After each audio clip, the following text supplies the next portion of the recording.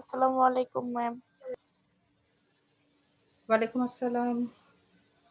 কেমন আছো?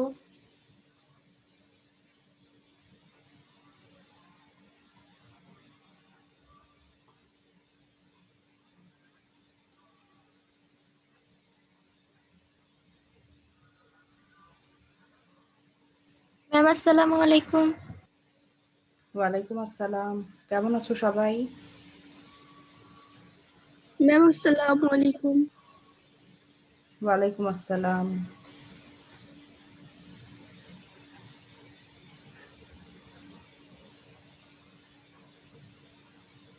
মিস আসসালামু আলাইকুম।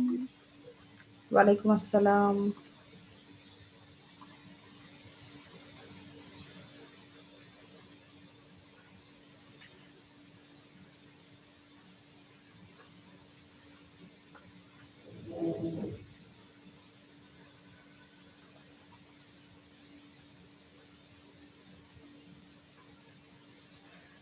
আচ্ছা, যারা যারা ক্লাসে জয়েন করেছো সবাইকে স্বাগত জানাচ্ছি। সবাই কেমন আছো বলো? ভালো আছো সবাই? জি মিস, জি মিস, আলহামদুলিল্লাহ। আপনি কেমন আছেন? আচ্ছা, আলহামদুলিল্লাহ আমিও ভালো আছি। তো আমরা আমরা তো সবাই জানি যে আমাদের এখন কোন কোন কবিতা, কোন কোন ব্যাকরণের বিষয়গুলো আমাদের পড়তে হবে। তো তোমরা জানো আমাদের কোন ৫ টি কবিতা রয়েছে?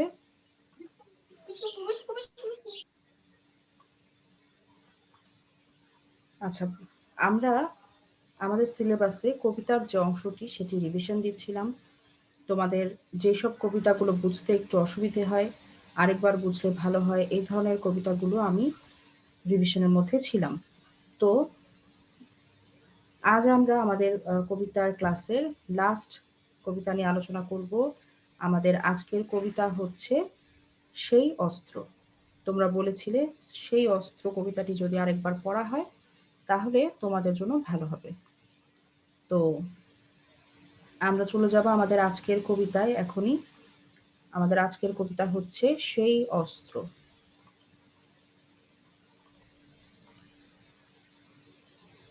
বই দেখতে পাচ্ছ সবাই?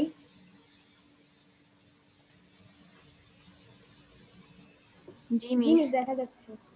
আচ্ছা। আম পুরনো কথা আবার বলি, সেটা হচ্ছে কবি পরিচিতি, পাঠ পরিচিতি, শব্দার্থ টীকা। এই অংশগুলো কবিতার মতোই গুরুত্বপূর্ণ। এখান থেকে আমাদের প্রশ্ন আসে, বারবার প্রশ্ন আসে। জ্ঞানমূলক প্রশ্ন আসে, বহু নির্বাচনী প্রশ্ন আসে। তো এই অংশগুলো আগে যেহেতু অনেকবার পড়েছি আমরা, তোমরা বাসায় পড়বে। কোন, কোন তথ্য ম্যাম এখানে আসসালামু আলাইকুম। ওয়ালাইকুম আসসালাম। কোন, কোন তথ্য এখানে গুরুত্বপূর্ণ সব পড়ানোর সময় দাগিয়ে দিয়েছি। এখানে জন্ম, কবির যে জন্ম, মৃত্যু সাল, তার পিতামাতার নাম, তার সাহিত্য চর্চা শুরু কখন, তার সাহিত্যের কোনো বিশেষ বৈশিষ্ট্য আছে কিনা, তার কর্মজীবন কোথায় কি হিসেবে কর্মরত ছিলেন, সেই সাথে তার যে উল্লেখযোগ্য সাহিত্যকর্ম, তার কিছু উল্লেখযোগ্য সাহিত্যকর্মের নাম এখানে আছে, কাব্যগ্রন্থের নাম আছে, তার শিশু সাহিত্য কি ছিল, এই তথ্যগুলো গুরুত্বপূর্ণ। তোমরা জানো এগুলো পড়তে হবে। এগুলো ভালোভাবে তোমরা পড়বে। আমরা যেটা করব ক্লাসে সেটা হচ্ছে কবিতার চরণ ধরে, ধরে ব্যাখ্যা করা।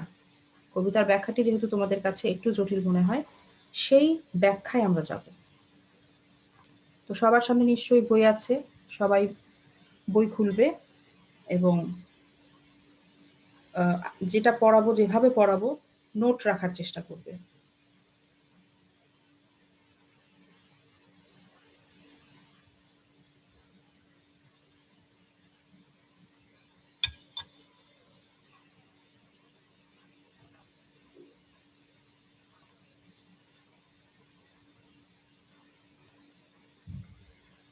দেখো কবিতার যে ১ম চরণ সেটি হচ্ছে, আমাকে সেই অস্ত্র ফিরিয়ে দাও, সভ্যতার সেই প্রতিশ্রুতি, সেই অমোঘ অনন্য অস্ত্র আমাকে ফিরিয়ে দাও। এখানে কবি অস্ত্র চাইছেন। কি অস্ত্র? যে অস্ত্র দিয়ে গুলি করে মানুষকে মেরে ফেলা যায়, সেই অস্ত্র, তাই তো?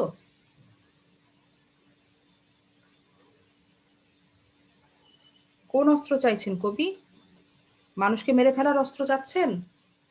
না, কবি বলছেন এমন অস্ত্র, যে অস্ত্র অমোঘ এবং অনন্য, যে অস্ত্র সভ্যতার প্রতিশ্রুতি, অর্থাৎ ভালোবাসা। কবি ভালোবাসা আর শান্তির অস্ত্র দিয়ে সকল যে মারণাস্ত্র আছে, পৃথিবীর যত মারণাস্ত্র আছে, যেই অস্ত্রগুলো দিয়ে মানুষকে মেরে ফেলা যায়, সেই সকল অস্ত্রকে তিনি জয় করবেন তার অমোঘ অস্ত্র দিয়ে। সেই অস্ত্রের নাম ভালোবাসা, সেই অস্ত্রের নাম শান্তি। কবি ভালোবাসা আর শান্তির অস্ত্র দিয়ে, ভালোবাসা আর শান্তির শক্তি দিয়ে পৃথিবীর সকল বিভৎস মারণাস্ত্রকে তিনি পরাজিত করবেন, এবং সেই আকাঙ্ক্ষা কবি এখানে ব্যক্ত করেছেন। আর এই অস্ত্র ফিরিয়ে দাও, সেই অস্ত্র বলতে কবি বুঝিয়েছেন এই ভালোবাসাকে। আর অমোঘ অনন্য অস্ত্র বলতে কি বোঝানো হয়েছে? অমোঘ অর্থ হচ্ছে অব্যর্থ, যা কখনো ব্যর্থ হয় না, এইরকম একটি অস্ত্র। অর্থাৎ এই যে ভালোবাসা, ভালোবাসা এমন এক শক্তি, ভালোবাসা এমন এক অস্ত্র, সেই অস্ত্র কখনো ব্যর্থ হয় না।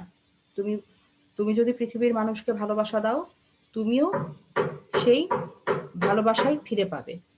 ভালোবাসা কখনোই ব্যর্থ হবে না।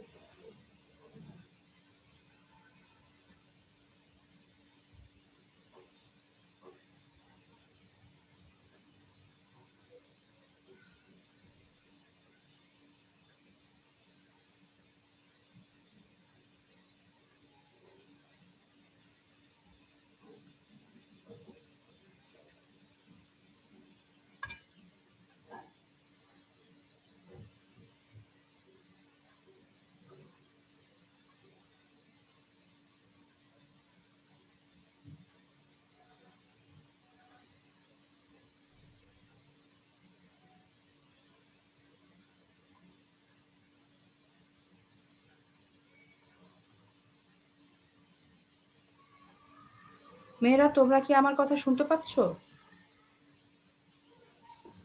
কিন্তু এখন পাচ্ছি, এর আগে পাচ্ছিলাম না। ইয়েস, শোনা যাচ্ছে।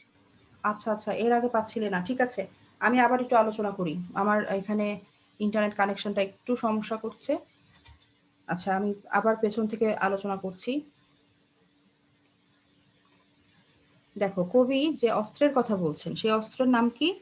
সেটি হচ্ছে ভালোবাসা। এবং যা বলছিলাম যে এই ভালোবাসা অস্ত্রকে কবি বলছেন অব্যর্থ অস্ত্র, অর্থাৎ এই অস্ত্র কখনো ব্যর্থ হবে না। তুমি যদি মানুষকে ভালোবাসো, বিনিময়ে তুমি মানুষের ভালোবাসা পাবে। এই ভালোবাসা কখনো ব্যর্থ হতে পারে না। এই অর্থে কবি বলেছেন অমোঘ অস্ত্র। সেই অস্ত্র আমাকে ফিরিয়ে দাও, যে অস্ত্র উত্তোলিত হলে পৃথিবীর যাবতীয় অস্ত্র হবে আনত, যে অস্ত্র উত্তোলিত হলে অরণ্য হবে আরো সবুজ, নদী আরো কল্লোলিত, পাখিরা নীড়ে ঘুমোবে। দেখো, যে অস্ত্র উত্তোলিত হলে পৃথিবীর যাবতীয় অস্ত্র আনত হবে, অর্থাৎ সেই অস্ত্র কবি চাচ্ছেন ভালোবাসার অস্ত্র। যে অস্ত্র যখন উত্তোলিত হবে, সেই অস্ত্র দেখে পৃথিবীর অন্যান্য যাবতীয় যত অস্ত্র আছে, যত মারণাস্ত্র আছে, সবকিছু হবে আনত, অর্থাৎ নত হয়ে যাবে, সেগুলো পরাজিত হবে। এই অর্থে বলা হয়েছে যে ভালোবাসার অস্ত্র যখন আমরা ধারণ করব, তখন পৃথিবীর সকল মারণাস্ত্র পরাজিত হবে। যে অস্ত্র উত্তোলিত হলে অরণ্য হবে আরো সবুজ, নদী হবে আরো কল্লোলিত। সবুজ অরণ্যময় যে প্রাকৃতিক পরিবেশ, যে স্বাভাবিক পরিবেশ হওয়ার কথা, সেই স্বাভাবিক পরিবেশে পাখিরা যেভাবে শান্তিতে নীড়ে ঘুমায়, পাখির নীড় হচ্ছে আহ শান্তির প্রতীক। তো অরণ্য হবে আরো সবুজ। যে অস্ত্র উত্তোলিত হলে আমাদের সবুজ অরণ্য আরো সবুজ হয়ে উঠবে, অর্থাৎ স্বাভাবিক পরিবেশ আমাদের আরো সুন্দর হয়ে উঠবে। পাখিরা নীড়ে ঘুমাবে, অর্থাৎ পৃথিবীতে শান্তি বিরাজ করবে। নদী হবে আরো কল্লোলিত, নদী হবে আরো স্রোতময়, নদীর পানি পরিপূর্ণভাবে থাকবে, সেই নদীতে স্রোত উঠবে, অর্থাৎ চারিদিকে সৌন্দর্য, শান্তি এবং স্বাভাবিক পরিবেশ, স্বাভাবিক সৌন্দর্য বিরাজমান হবে। সেই যে অস্ত্র উত্তোলিত করলে এই পরিবেশটা আমরা পাবো, সেই অস্ত্র অর্থাৎ ভালোবাসা। সেই ভালোবাসা কবি চাইছেন। যে অস্ত্র উত্তোলিত হলে ফসলের মাঠে আগুন জ্বলবে না, খা খা করবে না গৃহস্থালী, সেই অস্ত্র আমাকে ফিরিয়ে দাও। আচ্ছা, এটুকু বলে নেই। এই যে আমাদের বিশ্ব, যে বিশ্বে শুধু আমরা শুনতে পাই অস্ত্রের ঝনঝনানি, মানে সভ্যতার শুরু থেকে এখন পর্যন্ত অনেক যুদ্ধ হয়েছে আমাদের পৃথিবীতে, হানাহানি হয়েছে, রক্তপাত হয়েছে। তো এই হানাহানি, রক্তপাত, আমরা শান্তিপ্রিয় মানুষ, আমরা তো চাই না। আমরা চাই চারিদিকে শান্তি বিরাজ করুক। কবিও চান পৃথিবীতে শান্তি নেমে আসুক। এ কারণে কবি কি চাচ্ছেন? কবি বলছেন, যে অস্ত্র উত্তোলিত হলে ফসলের মাঠে আগুন জ্বলবে না, খা খা করবে না গৃহস্থালী, আমাকে সেই অস্ত্র ফিরিয়ে দাও। অর্থাৎ অস্ত্রমুক্ত বিশ্বে মানুষ যে মানুষের আপন হবে, মানুষ মানুষকে ভালোবাসবে, তখন ফসলের মাঠে আগুন জ্বলবে না, গৃহস্থালী খা খা করবে না। মানুষ শূন্য হয়ে গেছে, সব মরে গিয়েছে, গৃহস্থালী ফাঁকা হয়ে গেছে, ঘর বাড়ি ফাঁকা সব, ফসলের মাঠে আগুন, এই যে কৃষকের দুঃখ জ্বালা, সেটাকে বলা হচ্ছে ফসলের মাঠের আগুন। তো এই কোনো কিছু থাকবে না যদি আমাদের মধ্যে ভালোবাসার অস্ত্র থাকে। আমাদের কাছে যদি মারণাস্ত্রের বদলে ভালোবাসার অস্ত্র থাকে, তখন আর ফসলের মাঠে আগুন জ্বলবে না, অর্থাৎ কৃষকের দুঃখ জ্বালার অবসান ঘটবে, খা খা করবে না গৃহস্থালী, আমাদের জীবনে নেমে আসবে শান্তি। সেই অস্ত্র কবি ফিরে পেতে চাইছেন। যে অস্ত্র ব্যপ্ত হলে নক্ষত্র খচিত আকাশ থেকে আগুন ঝরবে না মানব বসতির বুকে, মুহূর্তের অগ্নুৎপাত লক্ষ লক্ষ মানুষকে করবে না পঙ্গু বিকৃত, আমাদের চেতনা জুড়ে তারা করবে না আর্তনাদ। যে অস্ত্র, সেই অস্ত্র, যে অস্ত্র উত্তোলিত হলে বারবার বিধ্বস্ত হবে না ট্রয় নগরী। একটু দীর্ঘ এই স্তবকটা, আমরা একটু ভেঙে ভেঙে পড়ব। দেখো, কবি সেই অস্ত্র চাচ্ছেন যে অস্ত্র ধারণ করলে আমাদের নক্ষত্র খচিত আকাশ থেকে আগুন ঝরবে না মানব বসতির বুকে। এখানে নক্ষত্র খচিত আকাশ থেকে বৃষ্টি, আগুন ঝরার কথা বলা হয়েছে কেন? কি বোঝানো হয়েছে? কবি এখানে বুঝিয়েছেন, কবি এখানে বুঝিয়েছেন যে যুদ্ধে ব্যবহৃত আমাদের যে মারণাস্ত্রগুলো রয়েছে, ক্ষেপণাস্ত্র রয়েছে, সেই ক্ষেপণাস্ত্রের কথা বুঝিয়েছেন। সেই ক্ষেপণাস্ত্র দিয়েই বোঝানো হয়েছে যে আকাশ থেকে আগুন ঝরার কথা। কবি প্রত্যাশা করেন যে মানুষ যেন যুদ্ধের এই ভয়াবহতায় জড়িয়ে না পড়ে। তিনি এই যে বলছেন যে নক্ষত্র খচিত আকাশ থেকে আগুন ঝরবে না মানব বসতির বুকে, মুহূর্তের অগ্নুৎপাত মানুষকে করবে না পঙ্গু বিকৃত, এই ব্যাপারগুলো, এই যে মানুষের ধ্বংস, মানুষের উপর যে ধ্বংসলীলা চালায় অপর অন্য মানুষেরাই, এই মানব বসতির বুকে নেমে আসে অগ্নুৎপাত, তাদের উপর বোমা বর্ষণ করা হয়, তাদের উপর গুলি চালানো হয়, এই যে ধ্বংসলীলা, এগুলো যেন পৃথিবীতে আর না থাকে। ভালোবাসার অস্ত্র যেন মানুষের কাছে, মানুষ যেন সেই অস্ত্র ব্যবহার করে, ওই হাতিয়ার ফেলে দিয়ে, এই মারণাস্ত্র ক্ষেপণাস্ত্র এগুলো ফেলে দিয়ে মানুষ যেন ভালোবাসার অস্ত্র হাতে নেয়। কবি সেটাই চাচ্ছেন, সেই অস্ত্র কবি ফেরত চাইছেন।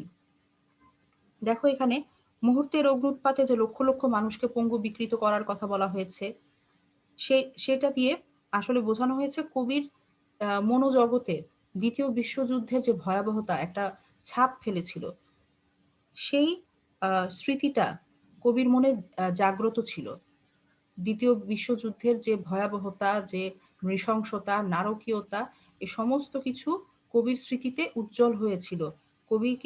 কবির চেতনাকে তারা ক্ষতবিক্ষত করত। দেখো, কবি পরের চরণে বলছেন, আমাদের চেতনা জুড়ে তারা করবে না আর্তনাদ। এই যে মানুষের আর্তনাদ, এই আর্তনাদগুলো যেন কবির মগজে গেঁথে আছে, কবির চেতনাকে তারা নাড়া দিয়ে গেছে, বারবার কবিকে কষ্ট দিয়েছে। মানুষের এই নিদারুণ হাহাকার, আর্তনাদ, কান্না, এগুলো কবির চেতনাকে বারবার নাড়া দিয়েছে। তো এই যে বোমা বর্ষণ বলো, গুলি বর্ষণ বলো বা যে কোনো ধরনের হামলা, এগুলো মানুষকে মুহূর্তের মধ্যেই পঙ্গু করে দেয়, বিকৃত করে দেয়, মেরে ফেলে। এবং মানুষের এই আর্তনাদ, এই আহাজারি, এই হাহাকার, এই কান্না, এগুলো কবির চেতনা জুড়ে বসবাস করে। কবির চেতনাকে তারা নাড়া দিয়ে যায়, কবি কষ্ট পান। এজন্য কবি বলছেন সেই অস্ত্র তিনি চাচ্ছেন, যেই অস্ত্র উত্তোলিত হলে বারবার বিধ্বস্ত হবে না ট্রয় নগরী। ট্রয় নগরীর কথা কেন বলা হলো? এই দেখো, গ্রিসের একটি আহ শিল্পকলা আর স্থাপত্য, মানে স্থাপত্যের জন্য বিখ্যাত একটি শহর হচ্ছে ট্রয়। শিল্পকলা এবং স্থাপত্যের জন্য গ্রিকের এই শহরটি খুবই বিখ্যাত ছিল এবং বারবার নানা যুদ্ধে, বিগ্রহে, হিংসা, বিদ্বেষে এই ট্রয় নগরী ধ্বংস হয়েছে। তো সেই ধ্বংসস্তূপের প্রতীক হিসেবে, বিধ্বস্ত হয়ে যাওয়া জনপদের প্রতীক হিসেবে কবি এখানে বলেছেন ট্রয় নগরীর কথা। তিনি বলছেন সেই অস্ত্র উত্তোলিত হলে বারবার বিধ্বস্ত হবে না ট্রয় নগরী। অর্থাৎ ভালোবাসা যদি পৃথিবীতে আসে, তখন আর এই ট্রয় নগরীর মতো কোনো জনপদ বিধ্বস্ত হবে না। আর এই যে লক্ষ লক্ষ মানুষকে করবে না পঙ্গু, বিকৃত, এখানে আসলে ওই যে বলছিলাম দ্বিতীয় বিশ্বযুদ্ধের ভয়াবহতা। তোমরা জানো, ইতিহাস তো তোমরা পড়েছো, যে দ্বিতীয় বিশ্বযুদ্ধে যে পারমাণবিক বোমার হামলা হয়েছিল, সেই বোমার আঘাতে লক্ষ লক্ষ মানুষ মুহূর্তের মধ্যে, কত মানুষ মারা গিয়েছে, কত মানুষ পঙ্গু হয়ে গেছে, বিকৃত হয়ে গেছে। এবং তোমরা জানো হয়তো যে এখনো বংশ পরম্পরায় সেই পঙ্গু বিকৃত শিশু ওখানে জন্মগ্রহণ করে, যেখানে বোমা ফেলা হয়েছিল হিরোশিমা নাগাসাকি। তো এই যে পঙ্গু বিকৃত মানুষ যারা ওখানে এই বোমার আঘাতে, পারমাণবিক বোমার হামলায় এভাবে ক্ষতবিক্ষত হয়েছে, তারা কবির চেতনা জুড়ে আর্তনাদ করে। এই জন্য কবি চান অস্ত্র, ভালোবাসার অস্ত্র। আমি সেই অবিনাশী অস্ত্রের প্রত্যাশী, যে ঘৃণা এবং যাত্রাভিমানকে করে বারবার পরাজিত। দেখো, কবি সেই অস্ত্র চাচ্ছেন যে অস্ত্র ঘৃণা, বিদ্বেষ, অহংকার এবং যাত্রাভিমানকে পরাজিত করতে পারে। এখানে যাত্রাভিমান একটি শব্দ, যেটা তোমাদের জানা দরকার, সেটা হলো নিজ জাতি সম্পর্কে যদি অহংকারী মনোভাব থাকে তাহলে তাকে বলে যাত্রাভিমান। অর্থাৎ ধরো এই যে বিশ্বযুদ্ধ হয়েছিল যখন, তখন রাশিয়া বলেছে আমি রাশিয়ান, এই একটা জাতির গর্ব, আমি জার্মান, তাদের জাতির একটা গর্ব, আমি চাইনিজ। এরকম যার যার জাতি নিয়ে যে একটা অহংকার, একটা অহমিকা, এই অহংকারী মনোভাবটাকেই বলা হয় জাত্যাভিমান। জাতি নিয়ে যে অহংকার, নিজের জাতিকে শ্রেষ্ঠ মনে করা, এইরকম যে একটা অহংকার, এই অহংকারকে বলে জাত্যাভিমান। এখন দেখো এই অংশে কবি কি বোঝাতে চেয়েছেন, যে ঘৃণা, বিদ্বেষ, অহংকার এবং জাত্যাভিমানকে বারবার করে পরাজিত। আচ্ছা, যে ভালোবাসার যে অস্ত্রের কথা আমরা বলছি, সেই অস্ত্র ঘৃণা, বিদ্বেষ এবং অহংকারকে দূর করে দেয়। মানুষের মনে যখন ভালোবাসা আসে, তখন এই ঘৃণাও থাকে না, বিদ্বেষ থাকে না, অহংকার কিছুই থাকে না। এবং এই মানুষের যে অহংকারী মনোভাব, সেটাকেও এই ভালোবাসা পরাজিত করে দেয়। এই ভালোবাসার অস্ত্র দিয়েই এই মনোভাবকে পরাজিত করা যায়। যে অস্ত্র আধিপত্যের লোভকে সংবরণ করে, সেই অস্ত্র কবির প্রত্যাশিত। কবি সেই অস্ত্রকে প্রত্যাশা করেন। এই যে কবি বলছেন আমি সেই অবিনাশী অস্ত্রের প্রত্যাশী। অবিনাশী অর্থ কি? যার বিনাশ নেই। ভালোবাসার কোনো বিনাশ হয় না। কবি এটাই বলছেন যে এই যে মানুষের প্রতি মানুষের ভালোবাসা, মানুষ হিসেবে মানুষকে ভালোবাসা, মানুষকে আপন করা, কোনো রকম হিংসা, বিদ্বেষ, অহংকার কোনো কিছু না করা, এই যে ভালোবাসার অস্ত্রটা, এই অস্ত্রটাকে কবি বলেছেন অবিনাশী। এই অস্ত্রের কোনো বিনাশ নেই, এই ভালোবাসার কোনো বিনাশ নেই। এবং এই অস্ত্র, এই ভালোবাসার অস্ত্র মানুষের মন থেকে ঘৃণা, বিদ্বেষ, অহংকার, জাত্যাভিমানকে দূর করে দেয়। এই অস্ত্রের কাছে ঘৃণা, বিদ্বেষ, অহংকার, জাত্যাভিমান বারবার হয় পরাজিত। যে অস্ত্র আধিপত্যের লোভকে করে নিশ্চিহ্ন, যে অস্ত্র মানুষকে বিচ্ছিন্ন করে না, করে সমাবিষ্ট, সেই অমোঘ অস্ত্র ভালোবাসা পৃথিবীতে ব্যক্ত করো। এখানে কি বলছেন কবি দেখো, যে অস্ত্র মানুষকে বিচ্ছিন্ন করে না, অর্থাৎ যে অস্ত্র মানুষকে একত্রিত করে, ভালোবাসা। ভালোবাসা মানুষকে কখনো বিচ্ছিন্ন করে না। মানুষ যদি ভালোবাসতে জানে তখন সে একসাথে থাকে। সে কখনো একজনকে আরেকজনের কাছ থেকে বিচ্ছিন্ন করে দেয় না। যে সেই অস্ত্র কি করে? অমোঘ অস্ত্র, এবং সেই অস্ত্র মানুষকে এই যে সমাবিষ্ট, সমাবিষ্ট অর্থ হচ্ছে একত্রিত করা। যে অস্ত্র মানুষকে বিচ্ছিন্ন করে না, বরং যেই অস্ত্র মানুষকে একত্রিত করে, এক আকাশের নিচে নিয়ে আসে। সবাই সমান, সকলের মধ্যে সমতা। এই যে মানুষ মানুষের পাশে দাঁড়াবে, সবাই পাশের মানুষটিকে ভালোবাসবে, প্রত্যেকটি মানুষের অধিকার নিশ্চিত হবে, কেউ কাউকে মারবে না, ক্ষতি করবে না, হানাহানি, রক্তপাত কিচ্ছু করবে না, যুদ্ধ বন্ধ হবে। এই অস্ত্র, এই অস্ত্রকে কবি বলছেন যে এই অস্ত্র মানুষকে বিচ্ছিন্ন করে না, মানুষকে একত্রিত করে। আর সেই অমোঘ অস্ত্র, অমোঘ মানে হচ্ছে অব্যর্থ, যেটা কখনো ব্যর্থ হয় না। তো সেই অমোঘ অস্ত্র, সেই অস্ত্রের নাম ভালোবাসা। পৃথিবীতে ব্যক্ত করো, অর্থাৎ পৃথিবীতে ছড়িয়ে দাও। এই ভালোবাসার অস্ত্রকে পৃথিবীব্যাপী ছড়িয়ে দাও, অর্থাৎ পৃথিবীব্যাপী ভালোবাসা বিরাজমান হোক, এটাই কবির প্রত্যাশা।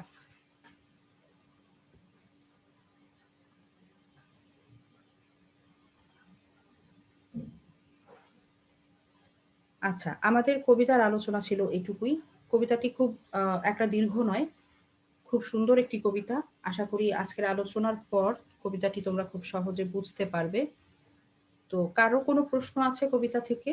আমরা যা আলোচনা করলাম এই অংশটুকু থেকে কারোর কোথাও বুঝতে অসুবিধা হয়েছে বা কোনো প্রশ্ন আছে?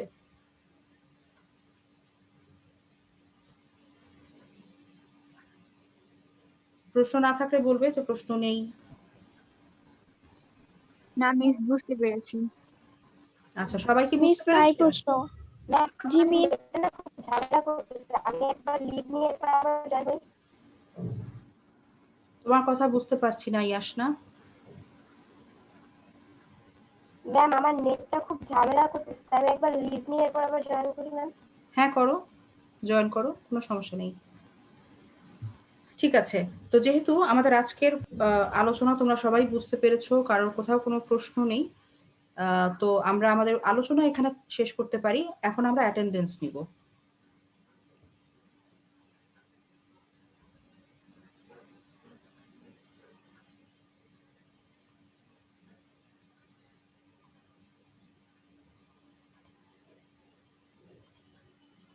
আচ্ছা, তোমরা সবাই চ্যাটিং বক্সে আসো। সবাই বলতে প্রথমে হিউম্যানিটিজ আসো। হিউম্যানিটিজের মেয়েরা দাও। আমি একে একে ডাকছি সবাইকে। হিউম্যানিটিজ এসে অ্যাটেন্ডেন্স দাও।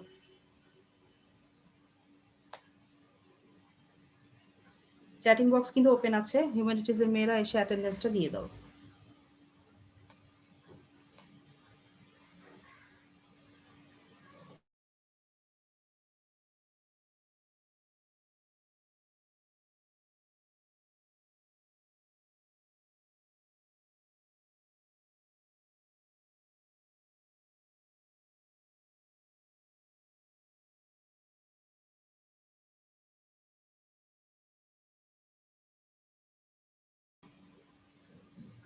হিউম্যানিটিজ আর কেউ বাকি আছো?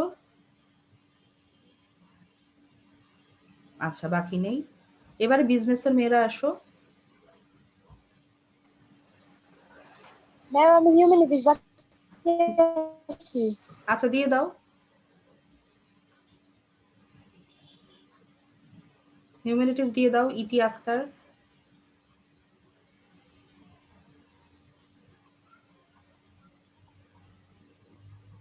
আচ্ছা, অ্যাটেন্ডেন্স দিতে দিতে আমরা আগামী ক্লাসের পড়া সম্পর্কে একটু আলোচনা করি। সেটা হলো আগামী ক্লাসে আমরা ইনশাল্লাহ যেটা করব, কবিতার উপরে সৃজনশীল প্রশ্ন এবং বহু নির্বাচনী প্রশ্ন দুটো প্রিপারেশনই নিয়ে রাখবে। আমরা নেক্সট ক্লাসে এগুলো অনুশীলন করব। আমরা দেখব যে কিরকম হয়, বহু নির্বাচনী প্রশ্ন কিরকম হয়ে থাকে, সৃজনশীল প্রশ্ন কেমন হয়ে থাকে। আমরা ক্লাসে সেটা সলভ করব এবং যার যেখানে বুঝতে সমস্যা হবে সৃজনশীল প্রশ্ন, সেটা যেখান থেকেই হোক, আমরা সেটা আলোচনা করব। তো এইভাবে আমাদের আগামী ক্লাসটা হবে প্র্যাকটিস ক্লাস। যারা আজকে উপস্থিত আছো তারা তো অবশ্যই থাকবে, আর বান্ধবীদেরও বলবে যে আমরা এখন তোমাদের হাতে কিন্তু সময় খুব নেই একটা। হুম, পরীক্ষা চলে আসবে হুট করেই। তো এর মধ্যে আমাদের সিলেবাসটা শেষ করে ফেলতে হবে, পড়া কিন্তু জমিয়ে রেখো না। বিজনেসের মেয়েরা দেয়া শেষ, সায়েন্স চলে এসো। তো যারা যারা আজকে যুক্ত হতে পারেনি ক্লাসে তাদেরকেও জানিয়ে দিবে যেন সামনের ক্লাসগুলো থেকে তারা নিয়মিত ক্লাসে আসে। তো আমরা এভাবে প্র্যাকটিস করব, করে আমাদের প্রিপারেশনটা আমরা ভালোভাবে নেওয়ার চেষ্টা করব, যাতে আমাদের প্রস্তুতিতে কোনো গ্যাপ না থাকে, আমাদের যেন প্রস্তুতিটা পরীক্ষার জন্য খুব ভালো হয়। তো আমাদের যে কবিতাগুলো রয়েছিল, সিলেবাসের যে কবিতা, সবগুলো আলোচনা আমরা শেষ করলাম রিভিশন হিসেবে। একবার তো শেষ করেছি, রিভিশন হিসেবেও কবিতা আমাদের শেষ হয়ে গেল। আগামী ক্লাসে ইনশাআল্লাহ আমরা কবিতার উপর প্র্যাকটিস করব। এরপর আমরা চলে যাব আমাদের ব্যাকরণ অংশে। ব্যাকরণও আমরা খুব ভালোভাবে শেষ করেছি সিলেবাস। ব্যাকরণটা এবার আমরা চর্চার মধ্যে চলে যাব। ঠিক আছে? তো যখন যে ক্লাস যেভাবে নেওয়া হবে চেষ্টা করবে সবাই বাড়ির কাজটা ঠিকমতো করতে, বা যে কাজটা দিব আমি বাসায় করার জন্য, যেমন এখন বলছি যে 5টি কবিতা, এই 5টি কবিতা ভালোভাবে শিখে আসার জন্য, শিখে বলতে বাসায় পড়ার জন্য, প্রস্তুতি নেওয়ার জন্য, সেভাবে আসবে যাতে নেক্সট ক্লাসটা আমরা খুব ভালোভাবে নিতে পারি। তো সায়েন্স সবার কি দেয়া শেষ হয়েছে? আমাকে একটু বলো, কেউ কি অ্যাটেন্ডেন্স দেওয়ার বাকি আছো? বাকি থাকলে বলো, আমি ক্লোজ করে দিচ্ছি। চ্যাটিং কিন্তু ক্লোজ হয়ে যাচ্ছে। কেউ বাকি থাকলে বলো।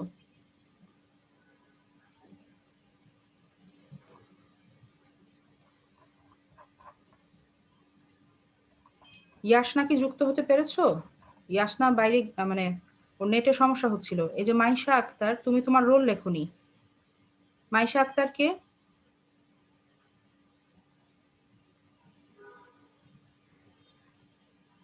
মাইশা আক্তার, রোল না লিখলে অ্যাটেন্ডেন্স দেয়া যাবে না। তোমার রোল, তোমার গ্রুপ, কোন সেকশন সেটা বলতে হবে।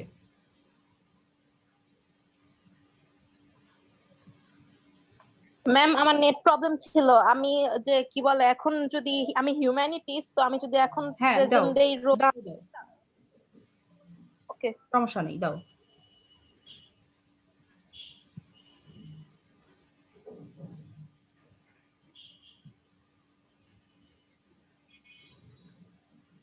আচ্ছা মেয়েরা, তোমাদের গ্রুপে আমি আজকেই জানিয়ে দেব কিছুক্ষণের মধ্যেই যে কোন 5টি কবিতার উপরে আমাদের আগামী ক্লাসটা হতে যাচ্ছে।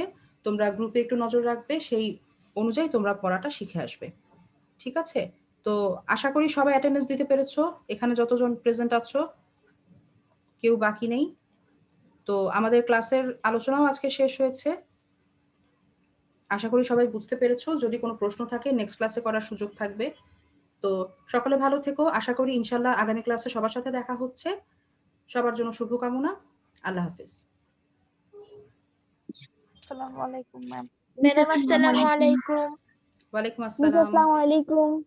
ওয়ালাইকুম আসসালাম।